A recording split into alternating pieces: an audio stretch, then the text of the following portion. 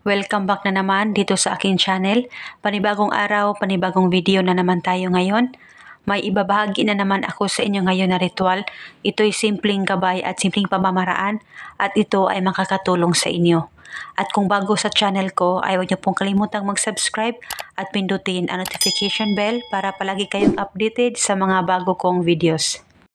Gusto mo ba na ikaw ay mapapanaginipan ng partner mo ngayong gabi? At gusto mo rin ba na siya ay mababalisa sa kakaisip sa'yo?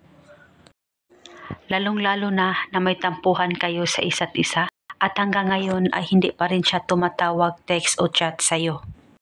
At gusto mo na ikaw ay maisipan niyang tawagan, i-text o i-chat nang sa ganon ay maging okay at maayos kayong dalawa. Gawin mo lamang itong simple at epektibong ritual na ituturo ko sa inyo. Gawin ito bago ka matulog. Dapat palaging buo ang tiwala nyo sa mga ganitong pamamaraan.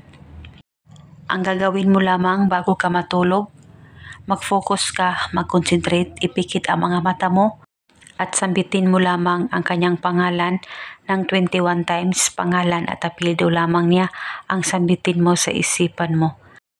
At pagkatapos ay pwede ka nang matulog at paniguradong siya ay mababalisa o di kaya ikaw ay mapapanaginipan niya ngayong gabi. Basta palagi lang talagang magtiwala sa kahit na anumang ritual na iyong gagawin. At pagkatapos mong magawa ang ritual, huwag mo itong isipin, ibaliwala mo lang nang ikaw ay mamangha na lang sa maging resulta nito. At gawin itong ritual sa kahit na anong araw o oras, basta gawin mo lamang ito bago ka matulog. At gawin itong ritual hanggang kailan mo gusto. At kung okay na kayo ng partner mo, ay pwede mo nang itigil itong ritual. Kung may katanungan po kayo, mag-comment lang po kayo sa baba. At ito muna sa ngayon. Maraming salamat po sa panonood. May God bless us all.